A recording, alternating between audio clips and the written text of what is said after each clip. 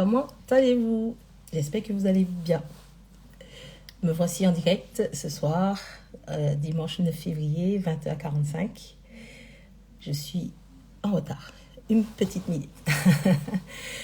Bienvenue à tous ceux qui sont en train de se connecter. Je dis bonsoir à tous.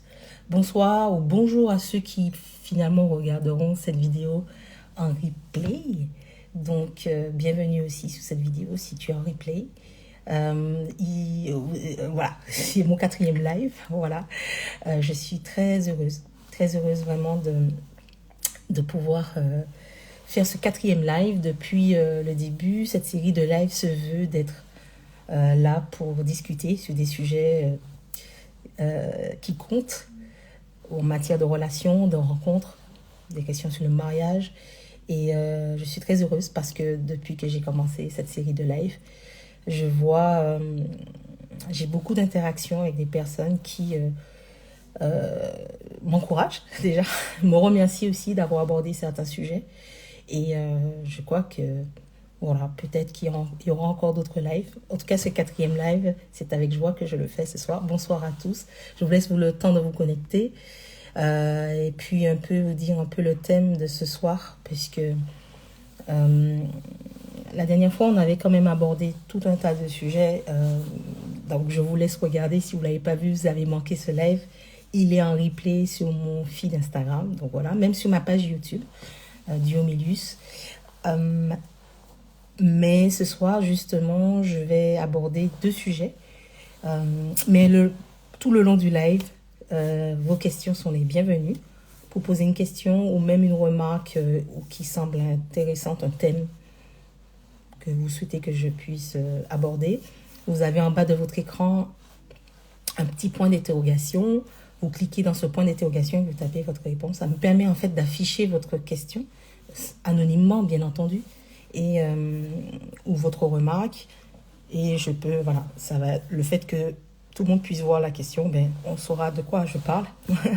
Voilà, c'est très pratique de faire comme ça. Je disais donc je voudrais aborder ce soir deux thèmes. Pourquoi 2 thèmes? Parce que j'ai mis une boîte à questions pour ce live là, pour ce soir. Et j'ai eu une question. J'ai eu une seule question, mais elle est hyper intéressante. Et donc je remercie cette personne si elle se connecte. Bonsoir Valérie, bonsoir à tous. Donc cette question, je vais tenter d'en parler ce soir, de donner des pistes de réflexion par rapport à cette question. Je redis, moi, ce que je dis, je suis convaincue de ce que je dis.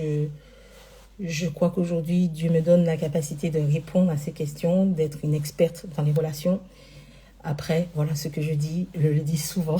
Ce n'est pas parole d'évangile dans le sens où je ne cherche pas à convaincre. Voilà, moi je suis convaincue, mais je ne cherche pas à convaincre. On peut ne pas être d'accord. D'ailleurs, ce live, c'est là aussi pour interagir avec moi.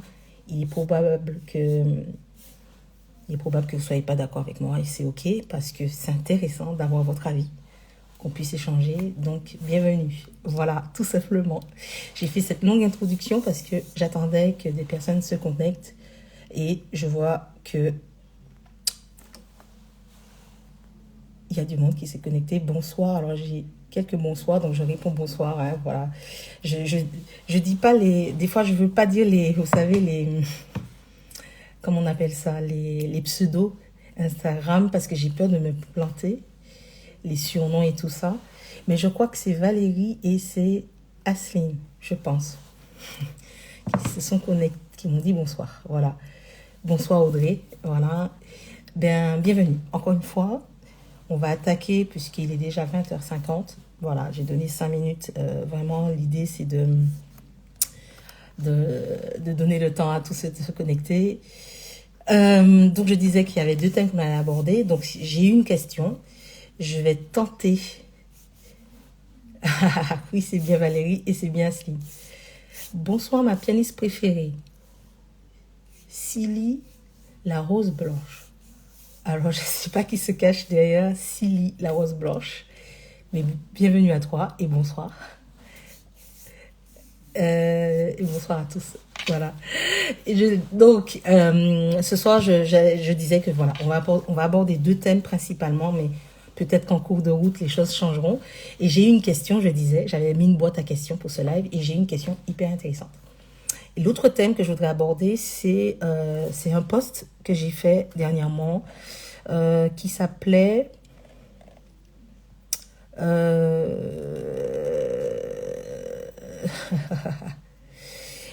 c'est le thème c'était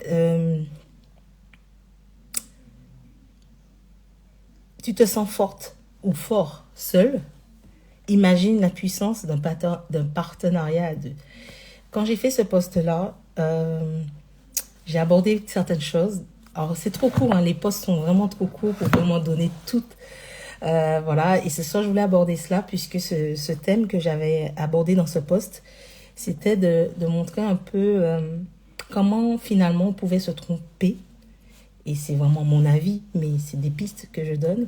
Comment on pouvait se tromper lorsqu'on on veut aborder le mariage, on veut se marier, on choisit la voie du mariage, et comment on peut l'aborder finalement sous le mauvais angle, sans percevoir qu'effectivement, alors on reconnaît le caractère sérieux, il n'y a pas de souci, on reconnaît que c'est Dieu qui a voulu le mariage, tout ça, c'est pas à remettre en question, mais on l'aborde avec un point de vue qui, selon moi, ne serait pas le bon, parce qu'on peut vite déchanter quand on l'aborde sur cet angle-là. Et c'est mon avis que je donne par rapport à mon expérience, par rapport à des choses aussi, je le dis tout le temps, que je m'abreuve tellement sur le sujet. Et Dieu aussi m'a fait comprendre des choses par rapport à cela. Et c'est ce qu'on va aborder, c'est l'angle dans lequel on aborde le mariage et en quoi ça pourrait être une erreur de l'aborder sur un certain angle, où on pense effectivement qu'on est dans le bon angle, et puis en vrai, on déchante. Et on ne sait pas pourquoi, on se dit, on arrive sur soit une relation difficile, soit un mariage compliqué, et des fois on se dit mais c'est pas possible. J'ai abordé les choses du bon angle, j'ai eu les bonnes discussions avec la personne, et puis finalement, boum, on arrive dans le mariage, et puis on se dit mais mince, qu'est-ce que j'ai manqué?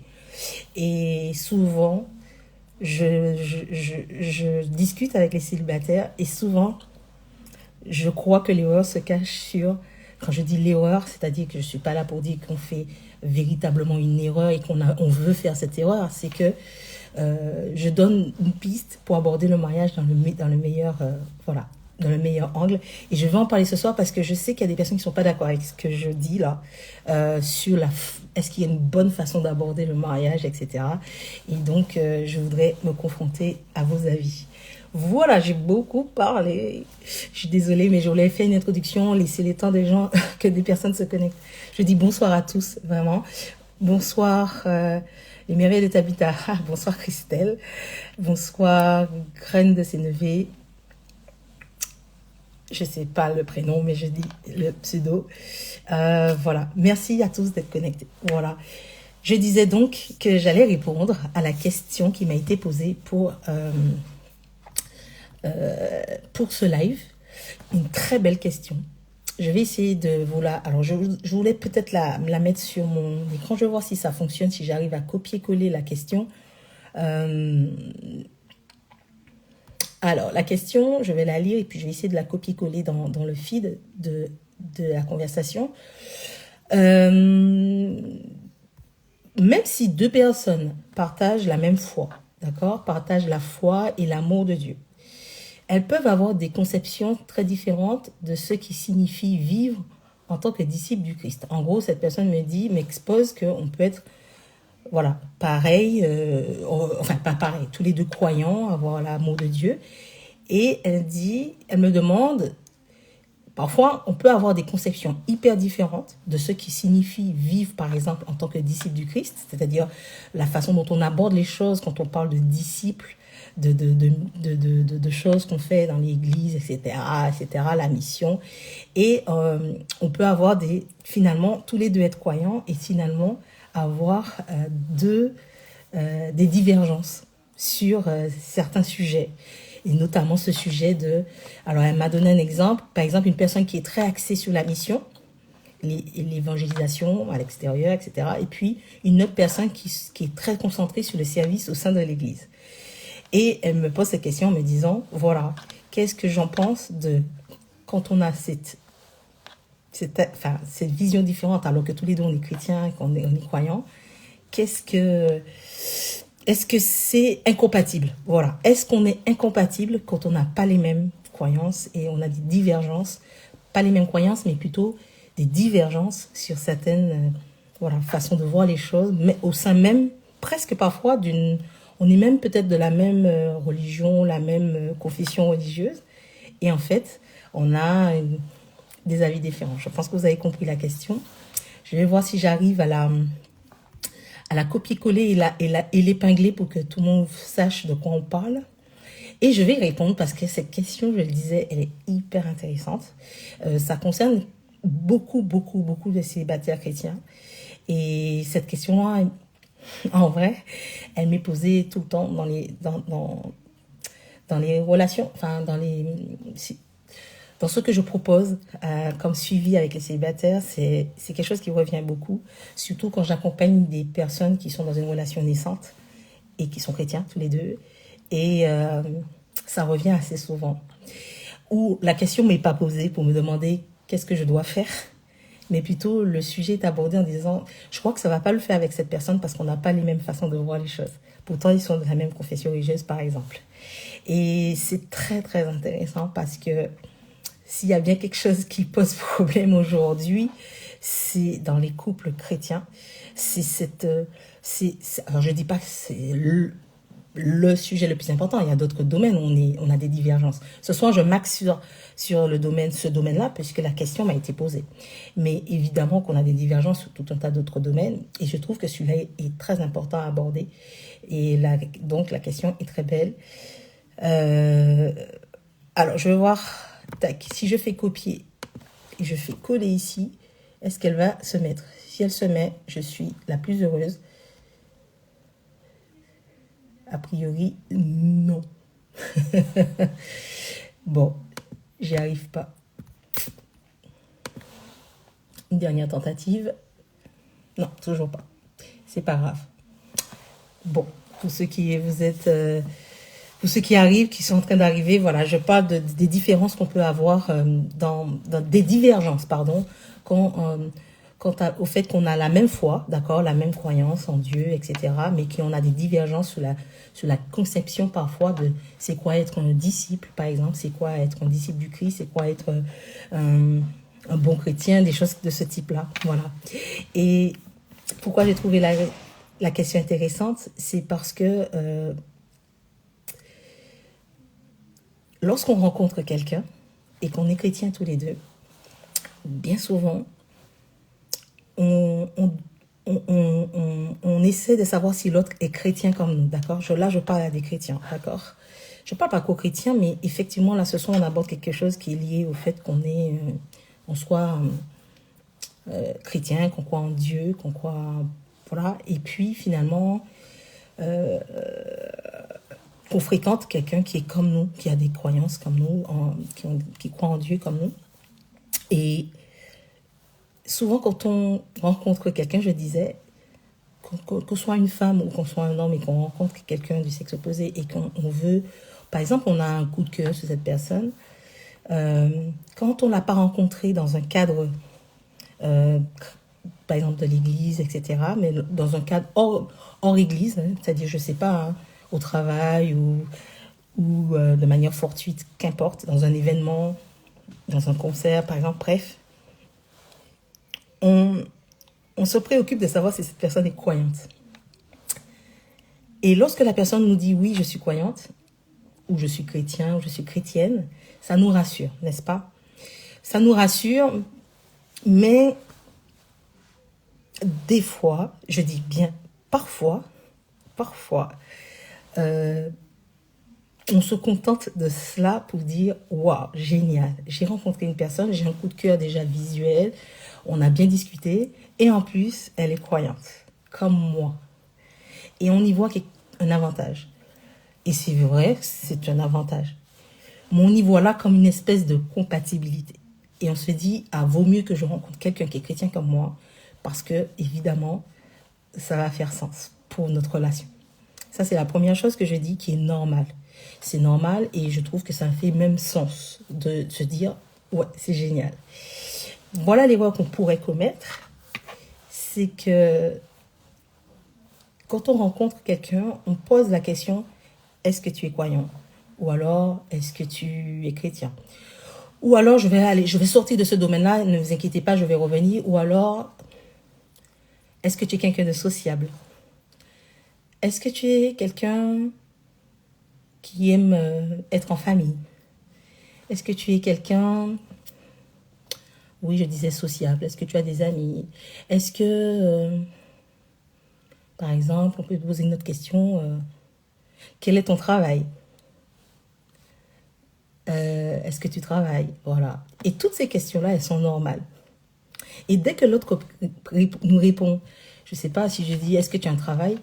Oui, je travaille tel endroit, ça nous rassure. On fait, la personne travaille. Quand la personne va nous dire, je suis sociable, oui, j'ai quelques amis, puis de temps en temps je sors, oui, j'aime bien. Mais en même temps, j'aime bien aussi,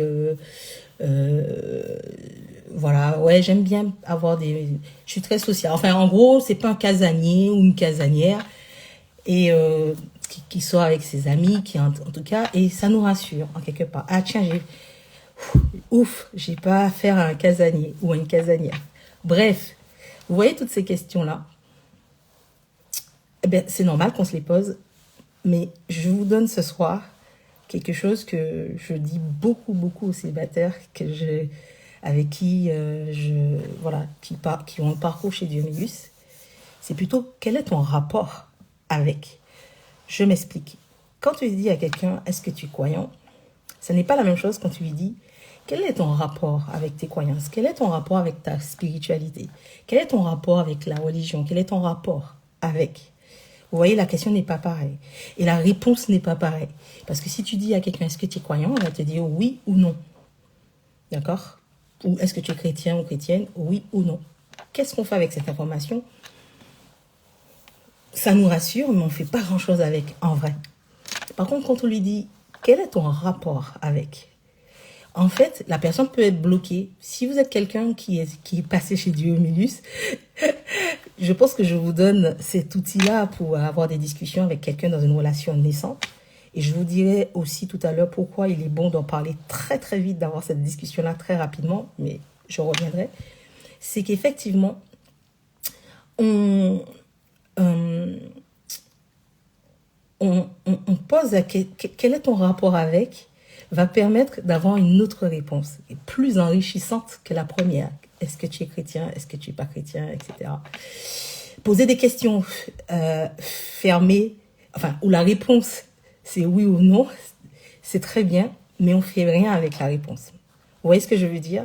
Poser des questions ouvertes, c'est quel est ton rapport avec tes croyances? Quel est ton rapport avec Dieu?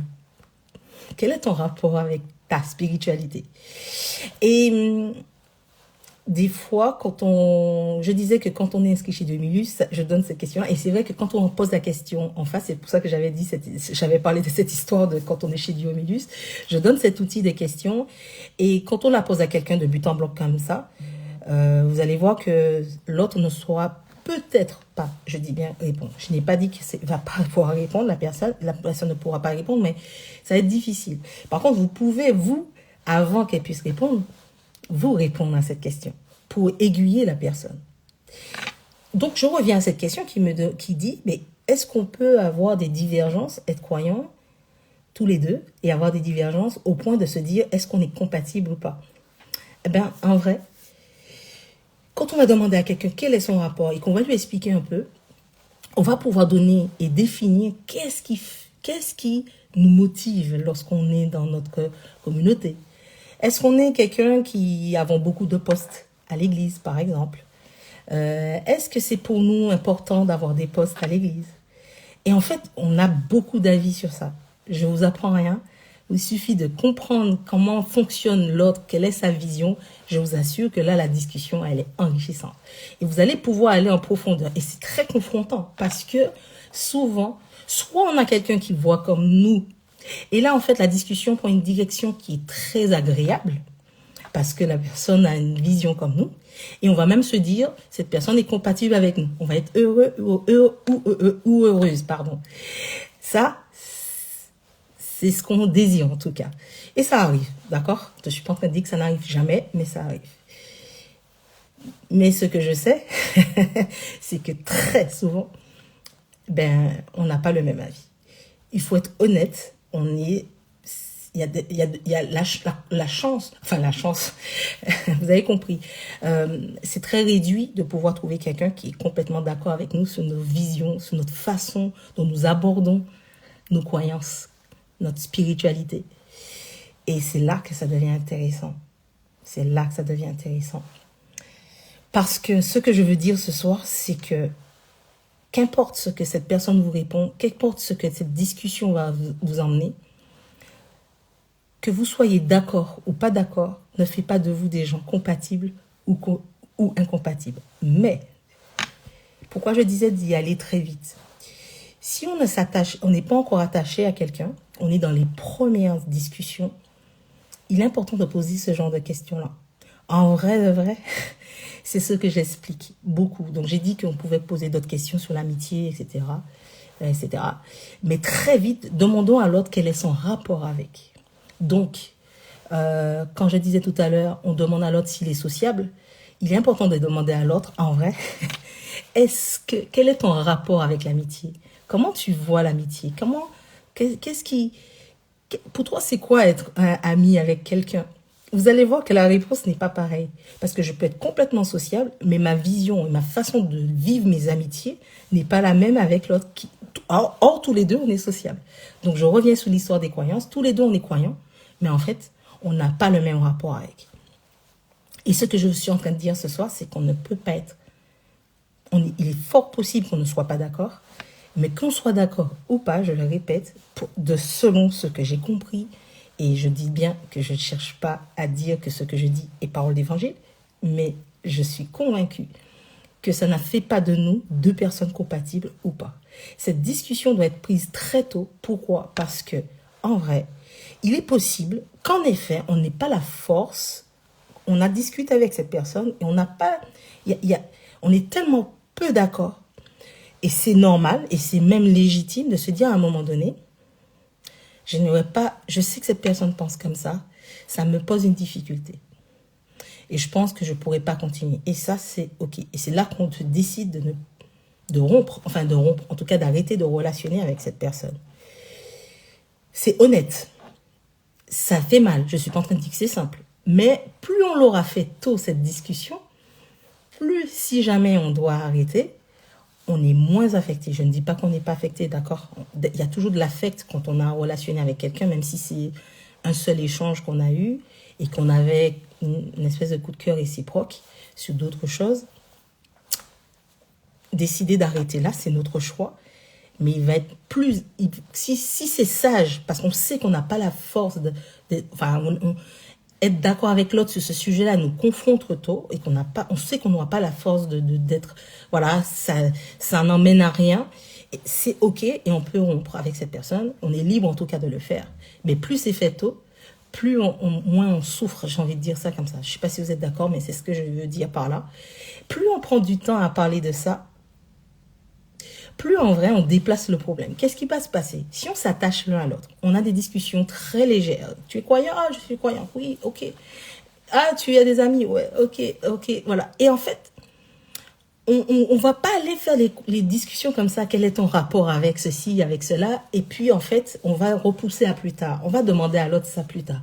Pour l'instant, j'ai un coup de cœur, j'ai envie de le vivre. On est tellement addict à ça. J'en ai parlé dans mon précédent live. On est addict à ça. On aime quand ça se passe bien, quand tout est fluide. Donc, quand on va aller chercher une discussion, ça vient nous chercher, on dit, OK, bon, après, on va voir. Et en fait, plus on laisse passer du temps, plus, lorsqu'on va discuter de ça avec la personne, et qu'on va se rendre compte qu'on n'est pas d'accord, qu'on n'arrive pas à trouver, en tout cas ça vient nous chercher, là la rupture est plus compliquée, et là finalement, on va se contenter par exemple de se soumettre à l'idée de l'autre, par exemple. Et quand je dis se soumettre, c'est-à-dire qu'on va pas, on va sous couvert qu'on ne peut pas rompre avec cette personne parce qu'on se sent tellement bien avec cette personne, eh bien on va enfouir cette conversation en disant bon ça va le faire quand même, on va voir ça après et qu'est-ce qui se passe, c'est que ça va exploser des années plus tard parfois. Parfois c'est quelques mois, parfois c'est quelques semaines, parfois c'est quelques années. Ça explose parce que cette conversation est venue vous chercher sur quelque chose d'assez confrontant. Vous n'avez pas voulu en parler très vite et en fait, vous déplacez le problème. Donc, quand on en parle très très vite, parfois les gens me disent mais non, mais il ne faut pas aller trop vite. Quand on a rencontré quelqu'un, discuter de savoir comment on voit nos croyances, quel est notre rapport avec les croyances, ça peut attendre quand même. Ça fait beaucoup quand même. En vrai, moi, je dis qu'il n'y a pas de timing pour ça, bien au contraire. Plus c'est discuté tôt, plus ça vient nous chercher, plus ça devient intéressant de confronter. Et donc, quand on doit parler du fait que on sait qu'on n'aura pas la force et qu'on rompt, ça, c'est le choix de certains ou certaines. Par contre, je n'ai pas parlé du côté où on accepte non pas de se soumettre à l'idée de l'autre, mais qu'on arrive à avoir une discussion qui vienne sur le chemin de l'autre. Je ne dis pas qu'on va tomber d'accord avec l'autre personne, mais on arrive à écouter les points de vue de l'autre et à comprendre qu'en fait, c'est vrai, on a une vision, une divergence sur l'histoire, mais qu'en vrai, il y a des endroits où on se rencontre et qu'on a la possibilité de se dire, de toute façon, cette personne, je pense que je peux relationner avec elle parce que je pense que peut-être aussi j'ai une vision et que j'avais pas vu les choses sous cet angle-là. C'est-à-dire avoir une discussion qui est plus portée sur comment on peut essayer de s'entendre sur ces divergences. Je redis, on n'est pas obligé de faire ce que je suis en train de dire. Il y a deux choix. C'est soit on arrête parce qu'on n'a pas le force, c'est ok. Je suis pas en train de dire, mais on peut aussi choisir la voie de vouloir continuer, de pousser la discussion jusqu'à ce qu'on arrive, non pas à se soumettre et puis à dire l'autre a raison et puis c'est bon, basta. J'ai dit non, ça c'est pas à faire, enfin c'est un conseil, mais pas être forcément d'accord, mais se rejoindre là où c'est possible de se rejoindre sur le sujet. Et je vous assure, c'est vraiment possible. On a toujours tendance à croire que ça, c'est sans fin, on va jamais pouvoir s'entendre. Et en plus, il n'est pas d'accord avec moi, elle n'est pas d'accord avec moi, ça va jamais le faire. Et on se dit pas compatible. Donc, je redis ce que j'ai dit depuis le début, que vous soyez d'accord ou pas d'accord sur vos divergences. En vrai, la question m'a été posée sur les croyances, mais ça marche pour tout. Il y a moyen de relationner entre ces deux personnes parce que vous soyez d'accord ou pas d'accord, ça ne fait pas de vous des gens compatibles ou incompatibles. Vraiment, je tiens à le dire parce que c'est ce que Dieu m'a fait comprendre, mais au-delà de ça, il s'agit aussi de parler de mon expérience et puis de l'expérience de d'autres personnes où j'entends vraiment, véritablement que c'est du vécu, de vivre avec quelqu'un, d'être dans un mariage solide et de comprendre qu'à la base, il y a eu des divergences, mais très énormes. Et j'en ai parlé dans tous mes posts, mes derniers posts, concernant la compatibilité. Et c'est pour ça que j'ai aimé cette question, parce que cette histoire de compatibilité, c'est quelque chose qui revient beaucoup. Je vais lire les commentaires parce qu'il y en a eu beaucoup et je viens de parler longtemps. Et je pense que c'est important de lire les commentaires, je les ai vus passer. Donc, éviter les questions fermées. Oui, j'en ai parlé. Les questions fermées nous emmènent sur des chemins où, en fait, très facile. Et très facile, ces chemins-là, ils sont fluides. Et ça, avec cela, c'est bizarre ce que je vais dire, mais plus on est dans la fluidité, plus il faut se méfier. J'en parle souvent et je suis prête à débattre sur le sujet parce que je sais que c'est pas tout le monde qui... Alors, Audrey, tout à fait vrai. Je crois que j'ai vu ce message au moment où je parlais du fait que c'est intéressant de chercher à... Enfin, qu'il n'y a pas de compatibilité et d'incompatibilité. Et surtout, chercher à discuter de ces choses-là très rapidement. Même si tout roule et lisse, il y a de quoi s'inquiéter. Enfin, pour moi. Mais si tout roule et lisse, il y a de quoi s'inquiéter. Enfin, pour moi. Oui, moi je le dis souvent. Bon, je sais que c'est souvent dans mon discours. Les célibataires qui me connaissent et qui me suivent et qui, voilà, euh, ils entendent beaucoup ça dans ma bouche parce que c'est vraiment ce que je dis. Plus c'est lisse, plus il faut se méfier. Plus c'est tranquille, plus il faut se méfier. Je ne suis pas en train de dire qu'il faut avoir que des relations de début qui sont enfin, tout feu, tout flamme. Mais je reste convaincue que si on arrive à un moment à s'engager, une femme et un homme s'engagent, c'est-à-dire s'engagent sur le chemin du mariage, et que en vrai, ils sont d'accord sur tout, qu'il n'y a rien, que tout est fluide, que tout est en paix, qu'on a trouvé enfin la paix. On est avec une personne, enfin c'est la paix. Je vous assure, méfiez-vous. Quand je dis méfiez-vous, moi je suis personne pour dire, je suis pas l'oracle, je suis pas une médium, je suis pas quelqu'un qui dit des choses pour dire des choses et puis je vais essayer de, attention, hein, attention, c'est important. Méfiez-vous parce que aujourd'hui, on entend beaucoup parler du divorce et on se demande pourquoi, qu'est-ce qui se passe. Qu'est-ce qui se passe? Et en vrai, on cherche tout le monde y va qu'est-ce qui se passe? Moi, je dis qu'il n'y a pas de raison. Et c'est vrai, les raisons sont diverses et variées. Mais ce que je crois, c'est qu'on ne dit pas assez souvent aux personnes, et c'est là mon deuxième sujet de ce soir, c'est dans quel angle on aborde le mariage.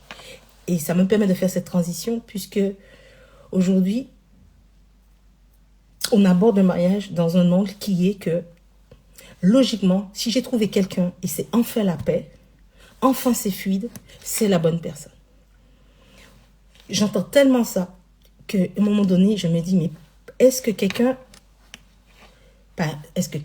qu'on va enfin dire dans la globalité que ce n'est pas forcément vrai et que ce n'est pas une vérité de trouver quelqu'un avec qui on a paix. Je ne suis pas en train de dire que tous ceux qui vous êtes en couple là, vous n'êtes pas encore mariés et que vous êtes dans une relation fluide, que c'est l'échec. Je ne sais pas ce que je suis en train de dire.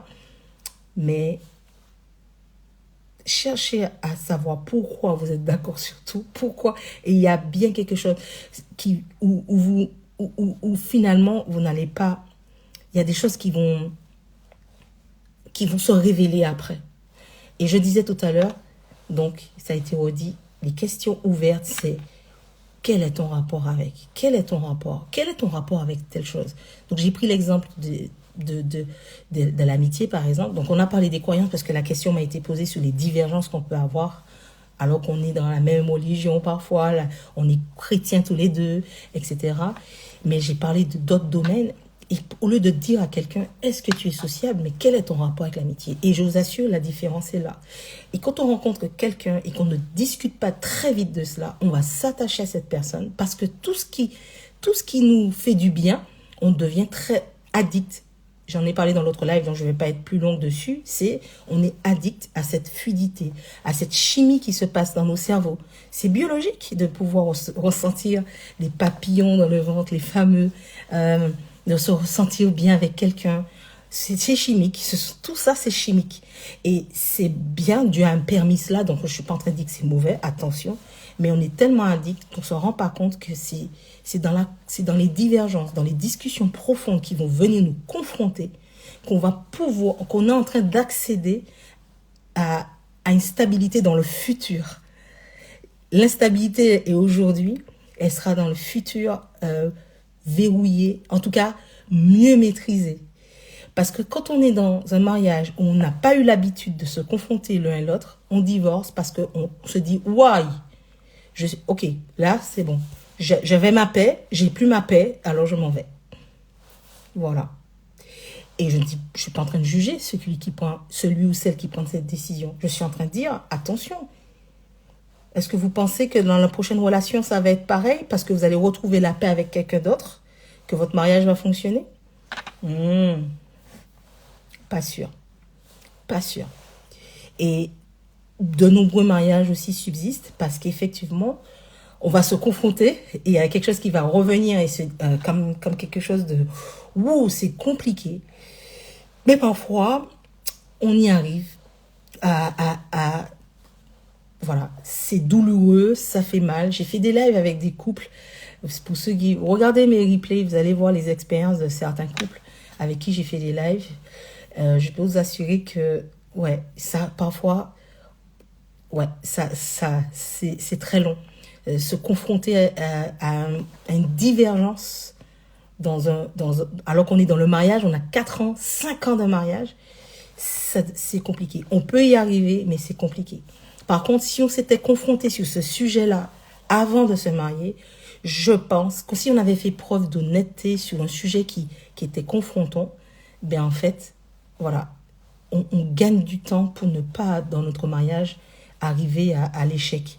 Je disais l'amitié, j'ai dit aussi le travail. C'est quoi ton travail? Oui, je suis cuisinier dans une machin. Ah, c'est bien. Moi, je suis prof. Je suis maîtresse d'école. Qu'on appelle ça? Prof.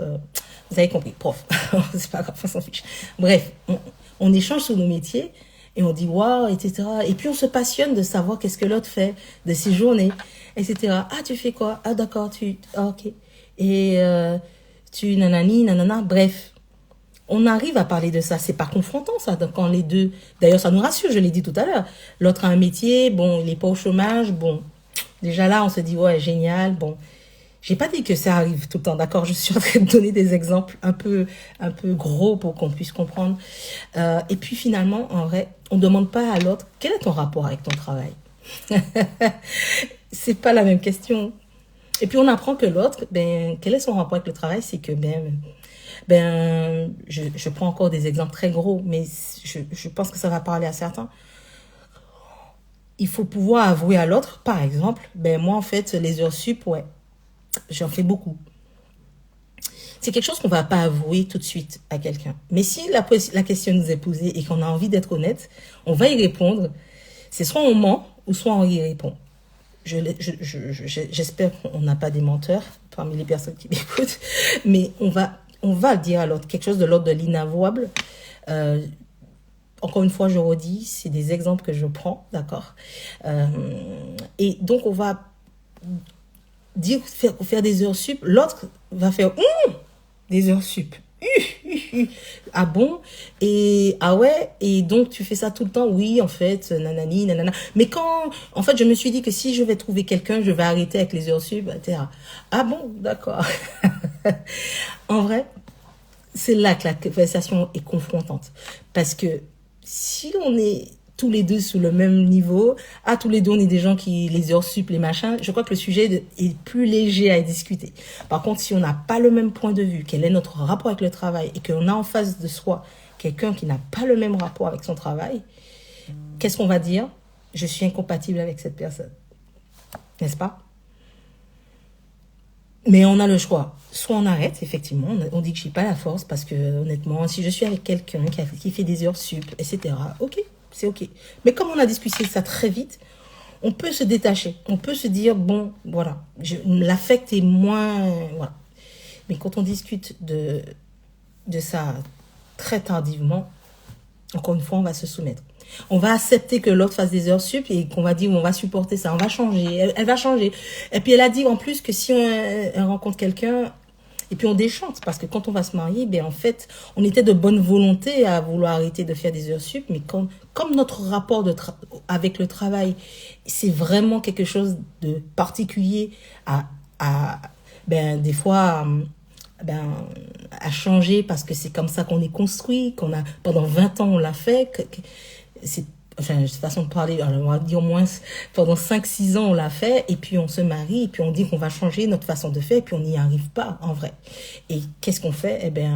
On met en danger son couple, puisque cette femme qui, par exemple, s'est soumise, c'est un exemple, ça peut être dans les deux sens, bien entendu, cette femme qui a dit, bon, qui a parlé de ça très tard avec l'autre et puis qui finalement se retrouve confronté à au tout début, l'autre fait des efforts et puis à un moment donné il peut plus et puis en fait voilà, et puis après mais tu fais trop d'heures sup et là il dit mais non mais tu sais je t'avais dit, mais en vrai non, on n'a pas dès le départ parlé de ça de manière très confrontante pour pouvoir trouver un chemin d'accès par rapport à cela. Et il y a des chemins d'accès pour ne pas être d'accord avec l'autre, mais comprendre le fonctionnement de l'autre et comprendre que c'est pas l'autre fait des heures sup, non pas parce qu'il nous aime pas, c'est comme ça qu'il a été construit et qu'effectivement, il y a moyen finalement d'emmener l'autre sur une discussion pour voir comment je peux améliorer ça. Peut-être à un moment donné être patiente parce que ça va pas se faire tout de suite. Vous voyez ce que je veux dire? Mais voilà, aller chercher vraiment ce qui nous confronte et trouver un terrain d'entente pour ne pas aborder le mariage de la mauvaise manière, c'est-à-dire en disant voilà, il faut que ce soit fluide, c'est pas fluide, j'y vais pas. Ou alors, c'est très fluide, c'est génial, je vais me marier et tout va aller bien. Non, voilà, dans les deux cas. Et donc, j'avais dit que j'allais parler de ce deuxième thème. Donc, il est 21h30. Donc, je suis dans le bon timing que je voulais parler de ce deuxième thème. Je regarde si j'ai des questions. Vous pouvez poser des questions. Hein. Je vois que je parle beaucoup et que j'espère que je parle pas trop. Je vois pas de questions. Est-ce qu'il y a eu des remarques quand j'ai parlé? Ah.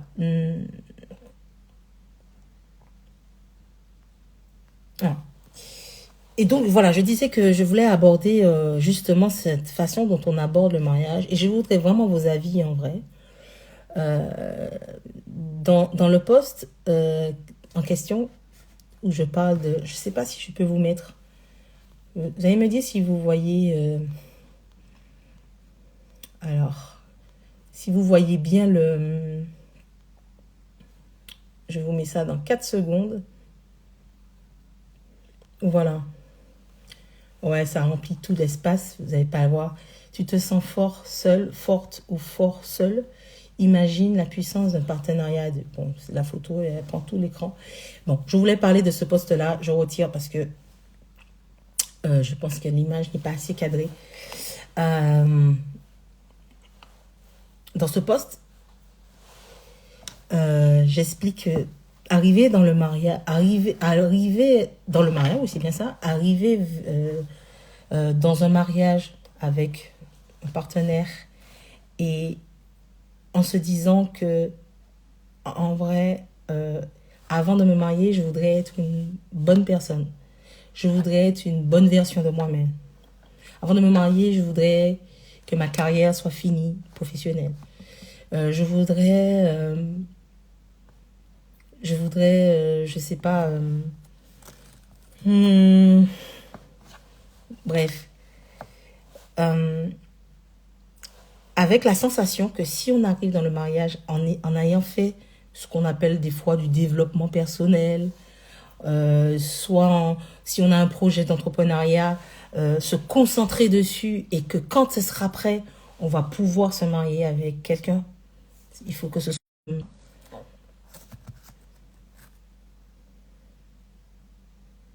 Vous m'entendez? Je ne sais pas si vous m'entendez. J'ai eu un appel et c'est venu bloquer. Ouais, je crois que c'est bon. Désolée, je vous prie de m'excuser. Donc, oui, super, merci. Alors, ça m'a troublée, du coup. Oui, on voudrait arriver dans ce mariage avec toutes sortes de choses accomplies avant de pouvoir arriver dans le mariage. Et je pense que c'est important que je puisse expliquer ce que j'entends dans ça. Donc, je vais vous lire le post et puis ensuite, pour que vous puissiez, que ça puisse vous permettre de resituer un peu ce que je disais dans ce post. Et si Dieu avait tout pensé, le mariage, bien plus qu'un rêve romantique, serait une force divine, un partenariat puissant pensé par Dieu pour l'homme et la femme. Ensemble, on serait donc plus fort, plus résilient et parfois même plus efficace. Voilà un peu le cœur de ce post. Et merci pour vos retours. Ok, merci. Et je disais, après ça suit, dans le travail, à deux, on peut s'encourager, se conseiller, ou même oser des projets professionnels que seul on ne pourrait pas envisager, par exemple. Dans les projets de vie, un couple solide peut bâtir des fondations stables, un foyer, un projet immobilier, par exemple, une vision commune pour l'avenir. Et même dans notre caractère, je disais, c'est qu'à deux, on s'améliore, on s'affine, le mariage nous façonne.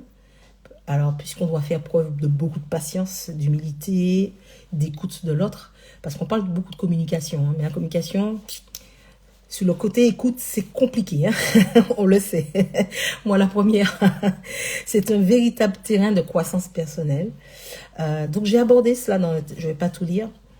Et pourquoi je parle de ça? Parce que j'ai beaucoup de célibataires que je suis et qui me disent, mais Sarah, je rencontre personne et notamment, pour l'instant, je ne me concentre pas sur ça parce que justement,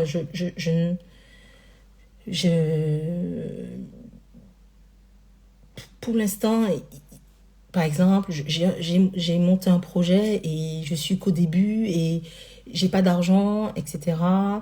J'ai pas de revenus fixes.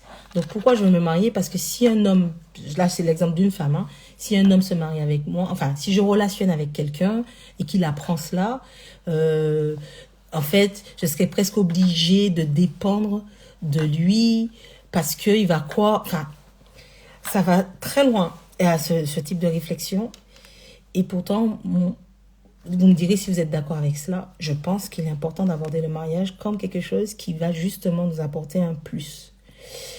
On culpabilise beaucoup les célibataires qui pourraient penser, qui affirmeraient, si quelqu'un ose le dire, on pourrait le juger, le stigmatiser, enfin dire que cette personne dit quelque chose de...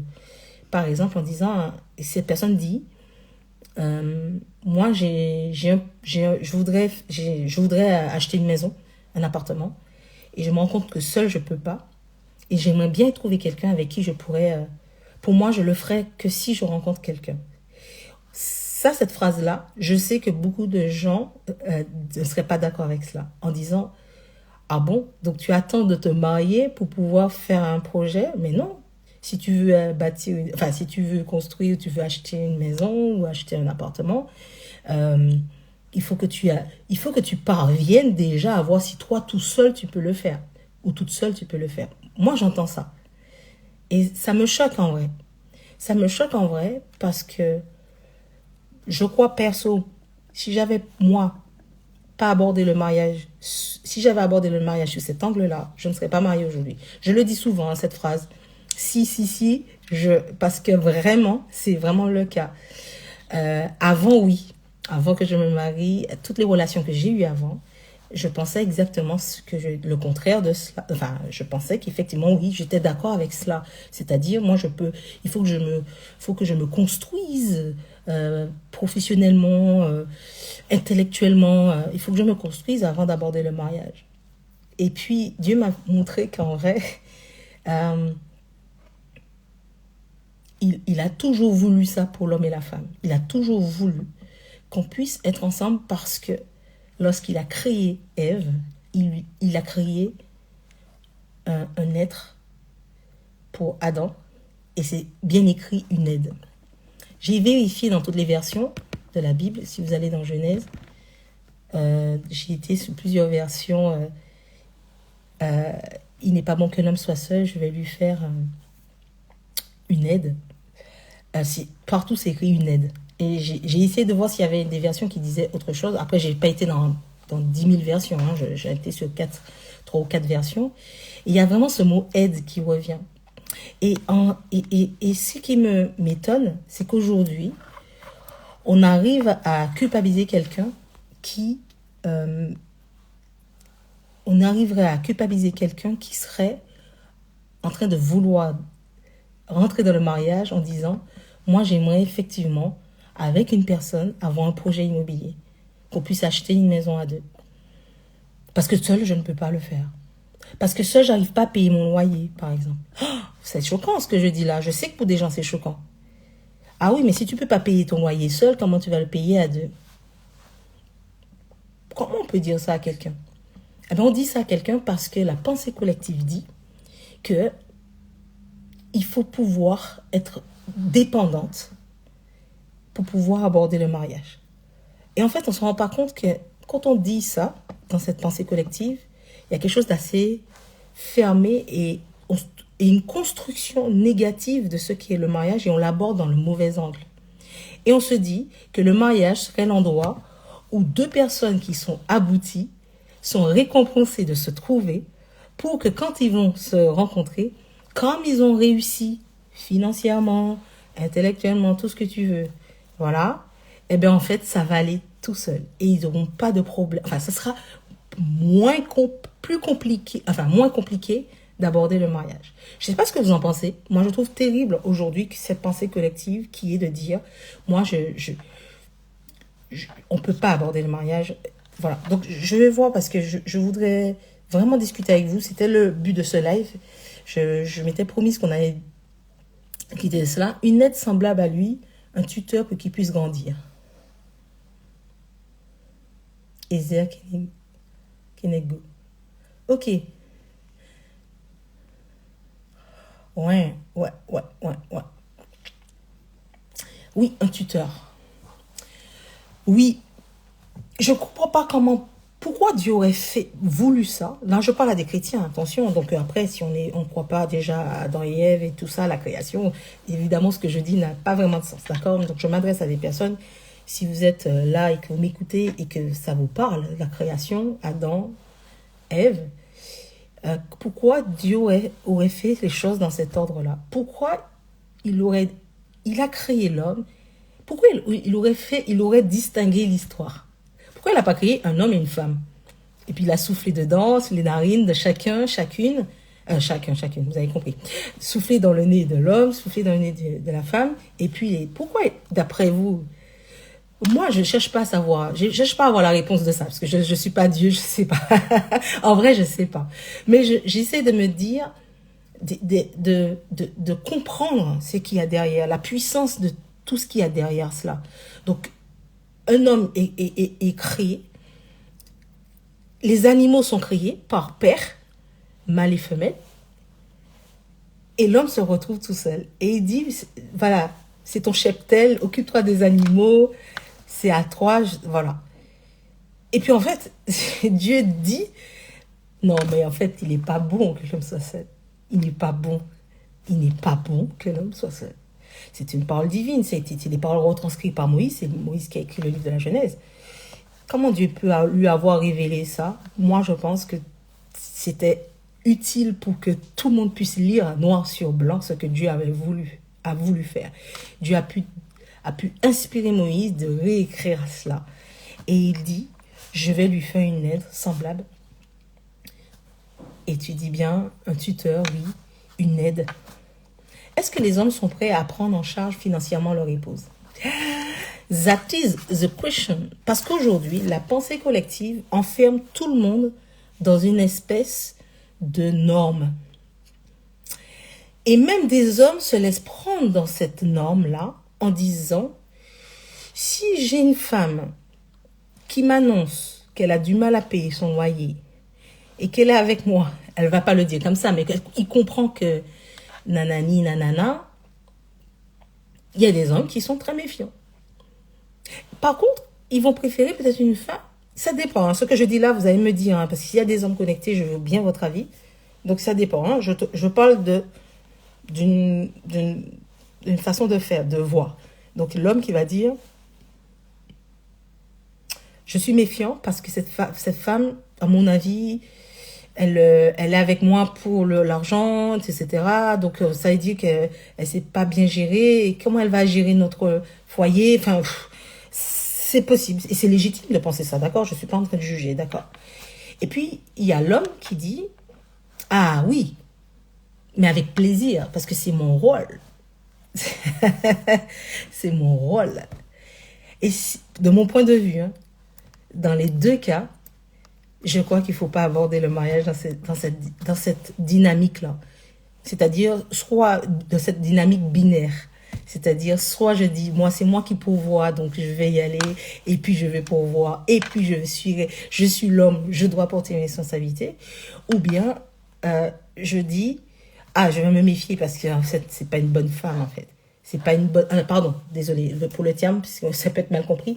C'est pas une bonne gestionnaire, c'est pas une bonne personne pour moi parce que, voilà. Et dans les deux cas, je trouve que c'est mal abordé. Pour moi, on devrait, de mon point de vue, encore une fois, je ne suis pas parole d'évangile, de mon point de vue, un homme devrait aborder cela d'une façon hyper différente. Vraiment, vraiment. De mon point de vue, vraiment. Quelque chose qui fasse sens, qui soit plus aligné avec ce que Dieu veut. Ce que Dieu veut, c'est qu'un homme puisse se dire, même si je ne peux pas pourvoir pour l'instant, je peux être avec une femme et que tous les deux, on puisse être dans ce que Dieu veut pour nous deux, alors que moi, je n'ai pas les moyens de pouvoir pourvoir. Soit j'ai les moyens, soit j'ai pas les moyens. Mais c'est pas tellement la question, c'est savoir pourquoi je me marie avec cette personne. En vue de quoi? Ça, c'est... Chaque live, j'en parle, hein, forcément. Je me demande si je ne vais pas écrire un livre avec ça, tellement je suis convaincue qu'on se préoccupe plutôt de avec qui que pourquoi. Parce que si tu sais pourquoi tu vas te marier, eh bien, en fait, tu ne l'abordes pas de cette façon-là, le mariage. Est-ce que les hommes sont prêts? Donc, voilà, j'ai eu donc, j'ai pas... Si quelqu'un veut répondre, n'hésitez pas. Et si des femmes veulent donner leur avis, puisque on peut être un homme et ne pas vouloir vraiment répondre, et puis il n'y a peut-être pas d'hommes connectés, mais si vous voulez donner votre avis, qu'est-ce que vous en dites? Pourquoi je pense qu'il faut aborder ce sujet-là? Parce qu'il est un peu tabou, pas un peu, il est complètement tabou. Il est complètement tabou et je retrouve, en tout cas dans les célibataires qui sont inscrits chez Duominus, j'ai beaucoup de conversations sur ce sujet-là. Et c'est dommageable que finalement on aborde le mariage, on aborde une bonne relation, un bon mariage, sous quelque chose de où on veut réfléchir à l'avance ce qui est bon pour un mariage et décider que je vais tout faire pour trouver la bonne personne. Je vais tout faire pour trouver la bonne personne.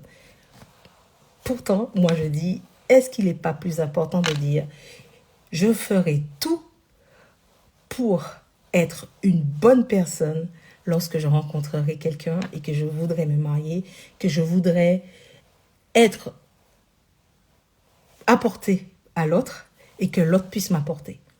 Quel que soit le domaine, financièrement, tout, qu'importe.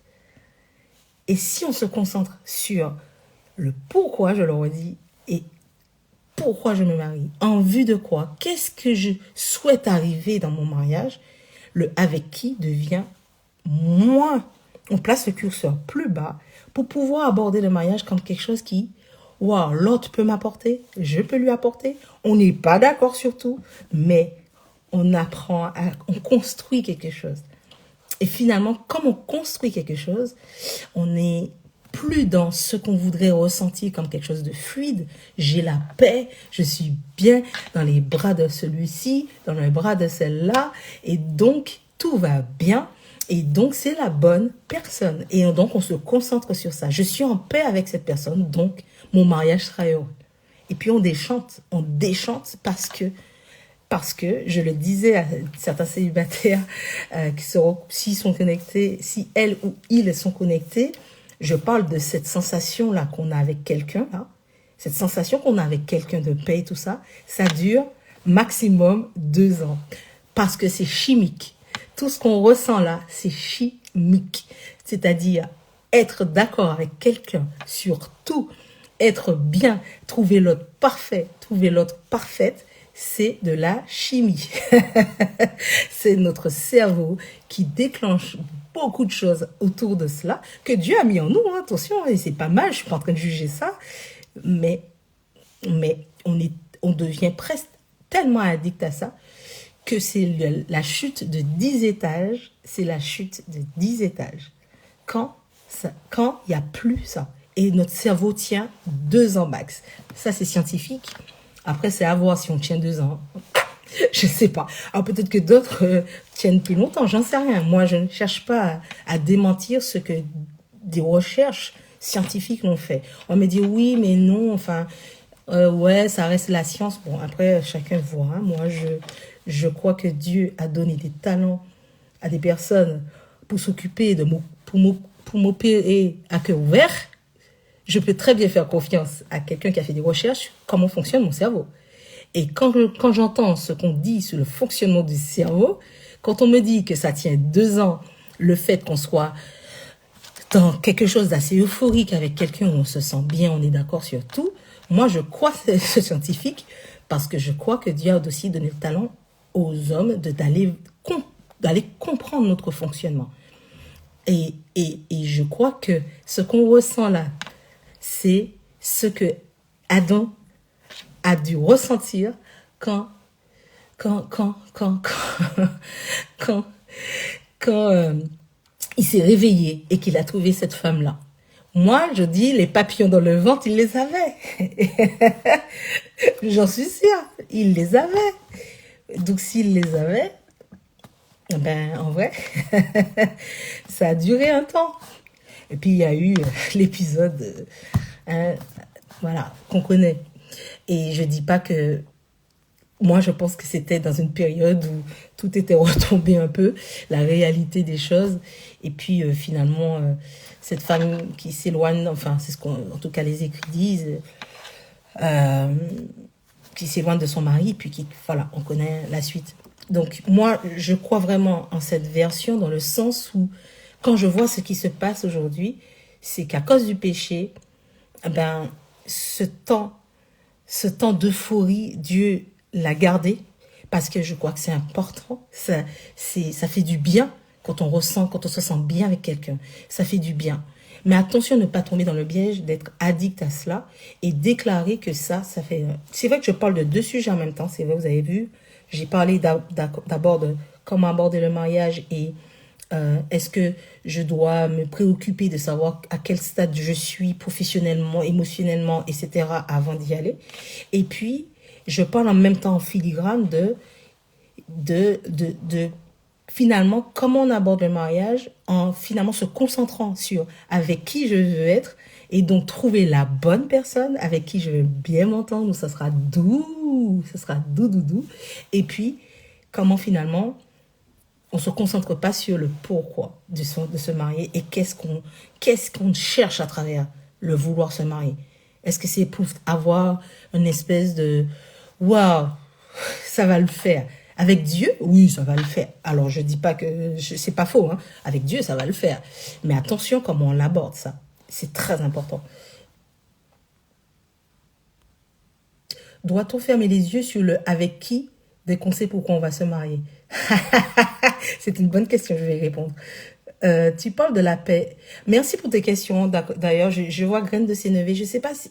Est-ce que c'est toi qui est la personne qui s'occupe des airs? Je sais pas. Peut-être que je me trompe. J'aurais bien aimé avoir un prénom parce que, voilà, Graine de Sénévé, je sais pas. Si tu es un homme ou tu es une femme. En tout cas, merci pour tes questions. Alors, doit-on fermer les yeux sur le avec qui dès qu'on sait pourquoi on va se marier? Je vais y répondre, c'est une très bonne question. Quels sont les points à aborder avant de se marier? Question de Michel. Alors, c'est vrai que j'en parle beaucoup dans mes lives, donc je pense que ce soir, je vais pas pouvoir me répéter parce que bon, c'est bientôt la fin et que je voudrais, pourquoi pas réaborder dans son prochain live parce que j'en parle souvent. Si tu regardes Michel, si tu regardes mes lives précédents, j'en parle beaucoup. Les points à aborder avant de se marier. Mais je peux en reparler. Moi, je peux en parler pendant 10 ans et ça me fait pas. Mais c'est ce soir, ça va être compliqué. Tu parles de la paix comme de la période de passion.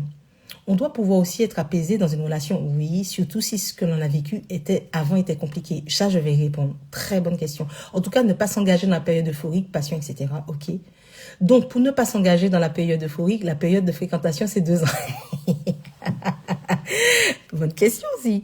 Non, ce n'est pas moi. Je suis une femme. On se connaît.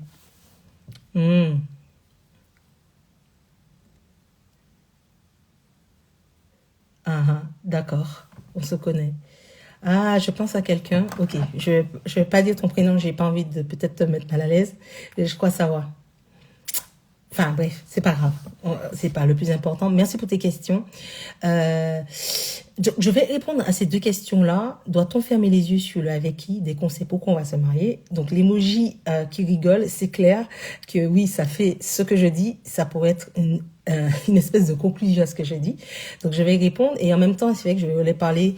Ta deuxième question qui dit, tu parles de la paix comme de la période de passion. Tu parles de la paix comme de la période de passion, où on doit pouvoir être aussi apaisé dans une relation. Oui, c'est vrai que mon discours paraît comme quelque chose où on ne doit pas avoir de relation apaisée. Franchement, je serais peut-être même, ce serait dangereux de ma part de dire qu'il faut à tout prix se prendre la tête tout le temps, tous les jours, avec quelqu'un, si on veut avoir un bon mariage. Ce serait même un peu, même, je pense, passez-moi l'expression, un peu stupide, parce que c'est pas ce que je dis. Mais c'est vrai que je mets l'accent dessus. Et je vais vous expliquer pourquoi la période de paix est importante, mais qu'elle ne doit pas durer. Voilà, je m'explique. Je redis d'ailleurs, parce que je pense que je l'ai expliqué. Et je vais le redire mieux pour que vous compreniez en quoi ce que je dis n'est pas d'avoir que des déchirements avant de se marier. C'est vrai que ça peut paraître comme ça. Donc je comprends. Moi, je redis ce que j'ai dit dans tous mes lives, et puis ce soir, je l'ai dit, mais je redis un peu dans le bon ordre. Lorsqu'on rencontre quelqu'un et qu'on a cette chimie avec quelqu'un, cette période de paix, donc vous l'avez compris, je l'ai dit, c'est Dieu qui permet ça. Donc je ne peux pas croire que Dieu ne l'a pas voulu et ne le veut pas. D'accord? Soit on l'a, soit on l'a pas. Moi, je l'ai pas eu, perso. Elle était très courte, moi. Elle était très, très courte. C'est-à-dire avoir quelque chose du ressenti de... Je me sens bien avec cette personne parce que je vais passer un bon moment de qualité. C'est ce qui s'est passé avec mon futur mari à l'époque. Je suis arrivée en France, on s'est vu la première fois, on a été au restaurant, je peux vous dire où, comme ça vous avez tout. On a été à Place d'Italie, dans le centre commercial de Place d'Italie, et on a mangé dans un... comment ça s'appelle? L'hippopotamus, c'est ça. Hippopotamus. Pourquoi je vous raconte ça? Vous allez comprendre. J'ai passé un superbe moment avec lui. C'est la première fois que je le voyais en vrai. On parlait pendant 3 mois. On s'est parlé à distance et pour moi, je ne le considérais pas comme un potentiel mari. Pas du tout. C'était un très bon ami. C'était un très bon ami et je comprenais que Dieu était en train d'incrémenter dans ma vie le fait que je devais aborder les relations déjà dans cet angle-là. Et il me dit, tu m'as demandé de m'occuper de ta vie. Voilà, tu veux te marier. Pour ceux qui connaissent l'histoire, j'ai demandé à Dieu de... Enfin, c'est un pacte que j'ai passé avec Dieu. Bref, ce serait trop long, d'accord? Je raccourcis. Et donc, j'arrive en France, alors que on a discuté pendant 3 mois. Et la première fois que je le vois, on se donne rendez-vous dans un hippopotamus, je vous l'ai dit. Et je le vois arriver. Et vraiment, de prime abord, au loin, parce que je l'avais déjà vu, évidemment, je ne vais pas vous cacher, je l'avais déjà vu en photo et en webcam, donc c'est pas genre... Mais quand je le vois arriver au loin dans le hall, là, dans le supermarché à l'époque, enfin dans le centre commercial à l'époque, on est à l'entrée côté... Je vous dis tout, hein, dans le rond-point de la Place d'Italie. Je le vois arriver et je dis, oh, il est pas grand. Oh, ses chaussures. Enfin, je dis des trucs comme ça. Ah, comment il est habillé. Ah, son écharpe. Enfin, je vois tous ces détails-là et ça me plaît pas. Et ça me plaît pas. Et en vrai, ça, c'est le côté... voilà, je m'en souviens comme si c'était hier. Je sais pas la date exacte, mais je sais que c'est en janvier ou février 2010. Ah, donc ça fait 15 ans. Bon, voilà. C'était avant le 10 février, c'est sûr, parce que mon anniversaire, c'est le 10 février. Je sais que c'était juste avant, puisqu'il s'est passé autre chose le 10 février. Bref. Et je mets tout ça et je le mets de côté parce que je comprends que Dieu me dit, arrête avec ces pensées-là. Vraiment. Arrête. Et je passe une superbe soirée avec Steve. Vraiment. On discute. Et je me sens bien. Parce qu'à la fin du restaurant, quand il me ramène parce qu'il m'a ramené soit à mon transport ou je sais plus. Il me ramène chez moi ou si je dormais chez mon frère à l'époque. Enfin bref, avant de le quitter, j'ai ressenti quelque chose de très agréable. C'est-à-dire ce qui nous rend en tout cas euphorique d'avoir passé un moment de qualité avec quelqu'un qu'on voyait à distance, mais que, mine de rien, mis à part tout ce qui m'était venu de prime abord, ben, ont été complètement, voilà, volatilisés parce que il m'a fait rire, on m'a parlé, on a parlé de choses et d'autres. Et j'ai vraiment passé un moment de qualité et j'ai ressenti quelque chose de très fort. Vous savez quoi? Ça, c'est la première soirée avec lui. Je ressentais déjà ces fameux papillons. Et ces fameux papillons-là qu'on ressent, eh ben, c'est ça qui nous pousse à rencontrer la personne une deuxième fois. On est d'accord? Donc, ça, ce qui arrive, c'est normal, en vrai. En tout cas, c'est mon expérience. Donc, je suis pas en train de dire, ah, il faut pas être dans cette période-là. Donc, c'est pas ce que je suis en train de dire. Et ce qui se passe, c'est qu'on a un autre rendez-vous. Il me fait une surprise le 10 février, le jour de mon anniversaire. Donc, à minuit, vous savez quoi faire, hein, vous m'envoyez des messages pour mes 45 ans. Le jour de mon anniversaire, il me fait une surprise et il vient me chercher. Donc, je disais que j'étais chez mon frère. Il vient me chercher. C'était pas prévu. Je sais plus si je crois que c'était pas prévu. Et il m'attend en bas de chez mon frère. Il sort un gros nounours, une grosse peluche de mètre dans le coffre de sa voiture. Et par la fenêtre, il me montre voilà. Et puis, il me dit de descendre en vrai. C'est super romantique, on est d'accord. Je descends, il me dit, on va au cinéma, je sais pas quoi, nanani, nanana, etc. Franchement, qui ne serait pas enchanté? Je vous ai pas donné tous les détails, mais voilà, ça m'a bien plu. On a fait une soirée au cinéma. Et au retour, je crois que c'est le premier bisou, en vrai. Donc, pour avoir un bisou, pour avoir quelque chose de très d'intime, c'est qu'en vrai, on a un coup de cœur. Il y a un coup de cœur réciproque. Et qui est normal.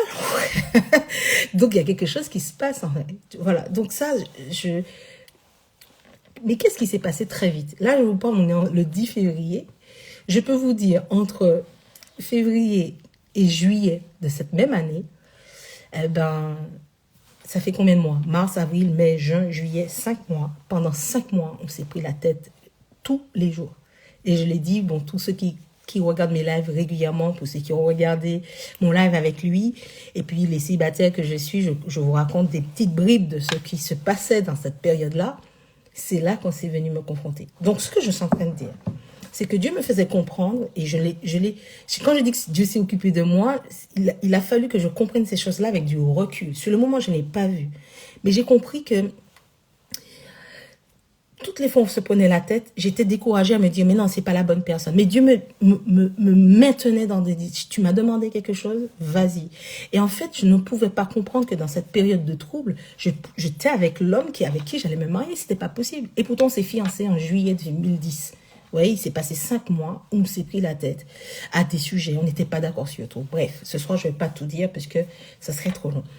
Eh bien, en vrai, c'est là que j'ai compris que si on était resté, si ce qui m'intéressait, c'était cette période où j'étais les papillons dans le ventre, les machins, envie de faire bisous, de me sentir bien, je pense que je ne serais pas mariée aujourd'hui avec lui et je n'aurais pas eu le mariage que j'ai aujourd'hui.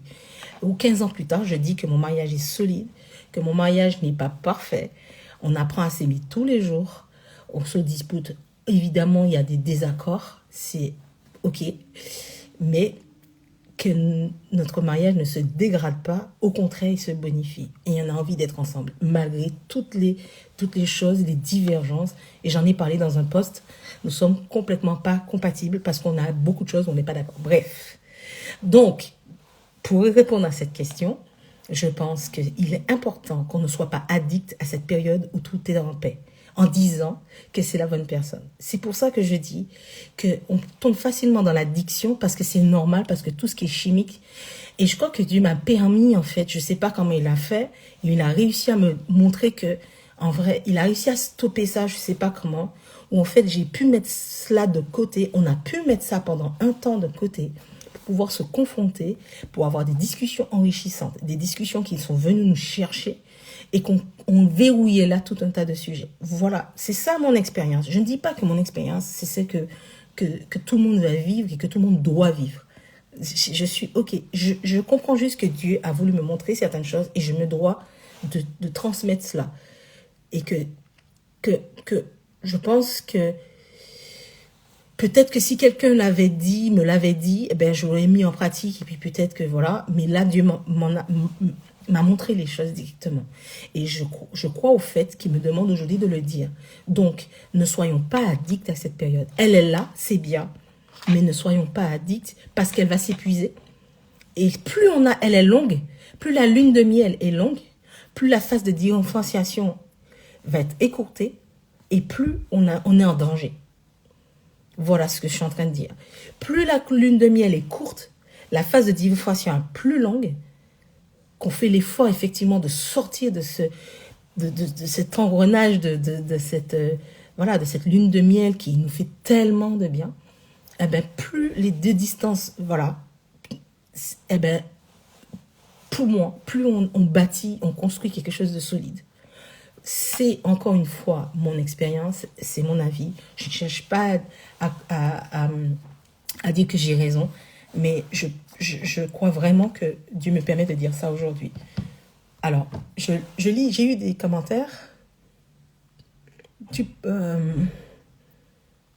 Donc la relation, alors pour répondre, donc on doit pouvoir être aussi apaisé dans une relation. Oui, il faut être apaisé. Il faut qu'il y ait en filigrane, et j'en parle souvent, j'en ai parlé dans mon dernier live, j'ai réécouté moi-même pour savoir ce que j'avais dit, et j'ai parlé du fait que ce qui va nous maintenir, qui va nous permettre de construire alors qu'on se prend la tête, qu'on est dans des discussions confrontantes, en filigrane, il y a ce coup de cœur qu'on a eu.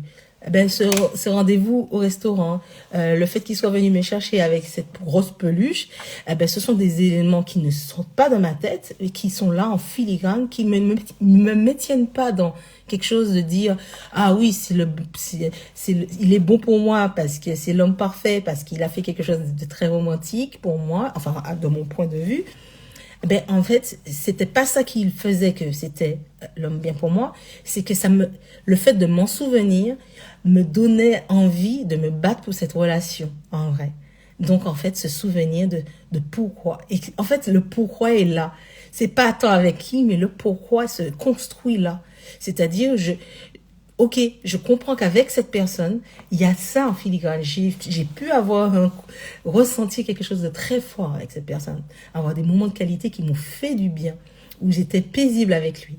Et là, cette période où c'est très mouvementé, elle est confrontante, mais elle nous permet de construire. Donc, en vrai, voilà ce que je voulais dire ce soir par rapport à cette question qui m'a été posée sur le fait que, c'est bien d'être dans la paix, mais en tout cas, ne pas s'engager dans la période euphorique, parce que ça, j'avais déjà lu. Donc, Jarod Fi, quand tu me dis, donc, pour ne pas s'engager dans la période euphorique, la période de fréquentation était de 2 ans. Ce qui se passe, c'est que beaucoup de couples, au bout de 2 ans, dans la moyenne, de mon point de vue, avec ces statistiques-là, je ne sais pas, je n'ai pas c'est vrai, j'ai pas les vrais chiffres, mais je pense que beaucoup de relations se consument après. Des fois, on est étonné que ça a duré 1 an ou 2 ans. Ben en vrai, c'est que, voilà, sur cette longue période-là, on est encore dans l'euphorie. Et puis quand ça retombe, on n'a plus la force de rien. On a eu tellement de moments où on était waouh, que quand on tombe de 10 étages, ben on rompt parce qu'on n'a pas la force. On n'a pas appris à se confronter et on a été trop addict à cette période de paix.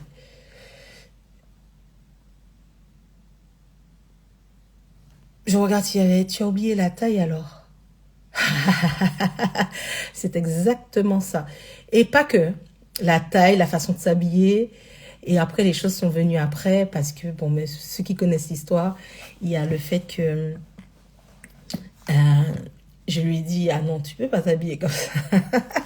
Bref, bon, ça c'est la partie un peu plus drôle. Mais il y a des choses moins drôles, en vrai. Dans des discussions qu'on a eues, il y a eu des choses moins drôles. Ça, c'est rien, cette histoire, voilà. Mais en tout cas, sa taille, il faisait la même taille que moi, en vrai.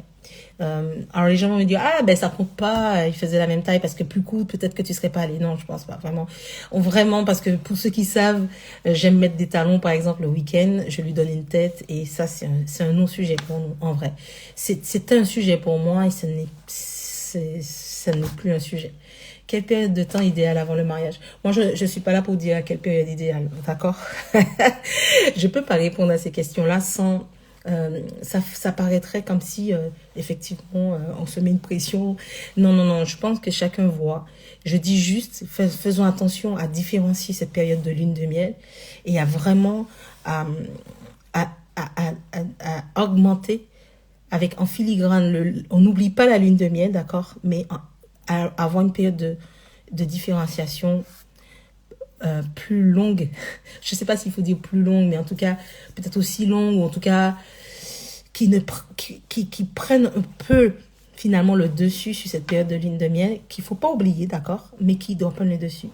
Donc après, le temps, ça, je peux... Enfin, des fois, lorsqu'on demande à Dieu ces choses-là, il nous le montre, hein, vraiment. Je le crois. Et ça, je recentre toujours tous mes débats, toutes mes conversations sur Dieu. Parce qu'en vrai de vrai, vous savez, si on demande à Dieu de nous trouver la bonne personne, si on est célibataire depuis un moment et on demande à Dieu de nous trouver la bonne personne, je pense que notre prière est mal formulée. Alors, je ne suis pas là encore pour juger le type de prière qu'on peut avoir. Je dis juste... si on demandait à Dieu plutôt de pas nous faire trouver la bonne personne, parce qu'il nous fait rencontrer plein de gens, en vrai, mais on est persuadé que c'est pas les bonnes personnes, d'accord? Donc ça, déjà, Dieu répond à cette prière de nous faire rencontrer des gens. Et plutôt demander à Dieu, donne-moi la force d'accepter que la personne que je rencontre là, et qui ne correspond pas à tout ce que je souhaite, permets-moi d'avoir la force d'aller au bout et de savoir quel plan que tu as pour moi sur cette rencontre-là. Parce que ça vient me chercher, je ne comprends pas pourquoi et j'ai pas envie. Alors Seigneur, donne-moi la force pour que je puisse aller au bout de cette relation pour savoir qu'est-ce que Dieu veut pour moi, vraiment, véritablement, dépasser finalement ce que quoi qui est bon pour nous. Et donc, c'est plutôt ça que je dis dans mon discours. Je crois que, voilà, j'en ai assez dit pour ce soir. Il est 22h10, 8. Et j'ai quand même parlé beaucoup. J'ai eu des questions. Je vous remercie parce que j'ai eu pas mal de questions. Si vous avez encore une dernière question, je peux éventuellement y répondre, ou bien une remarque ou quelque chose. Donc, je vais conclure là. Voilà, je voulais remercier toutes les personnes qui me suivent, par exemple, qui ont suivi ce live du début à la fin. Je ne sais pas combien vous êtes et qui vous êtes. Véritablement, je ne suis pas sûre. Mais ce que je sais, c'est que voilà, ces lives, c'est pas pour... c'est vraiment pour permettre aussi de débattre. Parce que j'ai cette impression que je pense des choses, je dis des choses, et peut-être que les personnes qui lisent ce que je fais, qui lisent les posts, etc., ne sont pas forcément d'accord, ou alors ont des questions parce qu'ils ne trouvent pas clair ce que je veux dire. Et au lieu de m'aborder et de me poser des questions, ben, ça reste des choses en suspens. Et moi, je suis un peu frustrée parce que je me dis, ouais, mais est-ce que finalement, ce serait pas top de débattre? Donc ces lives-là, je continuerai parce que je pense qu'il y a une plus-value. Je veux remercier toutes les personnes qui me suivent. Voilà. Merci à vous de soutenir dans cela, mais franchement, n'hésitez pas. Enfin, j'aime beaucoup débattre, j'aime beaucoup parler. Ce sujet me passionne, la rencontre, le mariage, les relations avant le mariage en lui-même, même si aujourd'hui... je suis plus dans tout ce qui va être relation naissante. Aujourd'hui, personne, entre guillemets, à l'église, en tout cas, j'ai pas le sentiment qu'on s'occupe des couples naissants. Moi, j'en ai accompagné un qui va se marier. Et pourtant, je les ai pas mis en relation. Mais ils ont accepté, effectivement, d'être suivis. Je l'ai dit la dernière fois, et ce couple va se marier. Et je dis pas que c'est moi ou c'est grâce à moi. Pas du tout. Mais je bénis Dieu parce que Dieu m'utilise sous quelque chose qui n'existe pas aujourd'hui. On n'accompagne pas les célibataires. On n'accompagne pas les célibataires même dans leurs relations naissantes. Et on veut les accompagner quand ils sont déjà engagés, quand ils sont déjà fiancés. Et quand finalement, en fait, ça va être très compliqué quand ils sont loin comme ça, de leur expliquer que toi, tu as un tempérament colérique et toi, tu as un tempérament ceci et que là, il faudra faire attention. Mais qui va rompre ses fiançailles? Vraiment? Personne. Enfin, c'est déjà arrivé. Mais honnêtement, moi, je le dis très franchement, s'occuper des couples qui sont déjà engagés, c'est bien, il n'y a pas de souci, mais c'est mieux de pouvoir aider les personnes dans les relations naissantes pour pouvoir finalement comprendre les tenants et les aboutissants d'une relation qui fait sens. Parfois, on est un peu perdu, je le dis tout le temps, la tête dans le guidon. Et voilà, ce que je cherche à faire, c'est apporter quelque chose qui n'existe pas. Donc, si tu m'entends, tu es célibataire et que tu n'as pas encore pris ta décision quant à vouloir m'appeler et savoir ce que je propose, appelle-moi. Tu serais surpris du fait que ce que je propose, c'est pas la mise en relation. La mise en relation, oui, je le propose, évidemment. Mais je t'assure que mon accompagnement pourrait vraiment t'aider à en savoir plus sur toi. Mais pas forcément en savoir plus, mais te découvrir et te redécouvrir en vrai. Et voilà, ce sera le mot de ma fin, c'est inscris-toi, prends un appel découverte gratuit et je t'expliquerai en quoi je pourrais te faire avancer et te dire qu'en vrai, si tu penses que la bonne personne, tu n'arrives pas à la trouver, c'est pas forcément parce que tu n'as pas de chance. Et ce n'est pas du tout ça d'ailleurs. Ce n'est pas du tout que tu n'as pas de chance.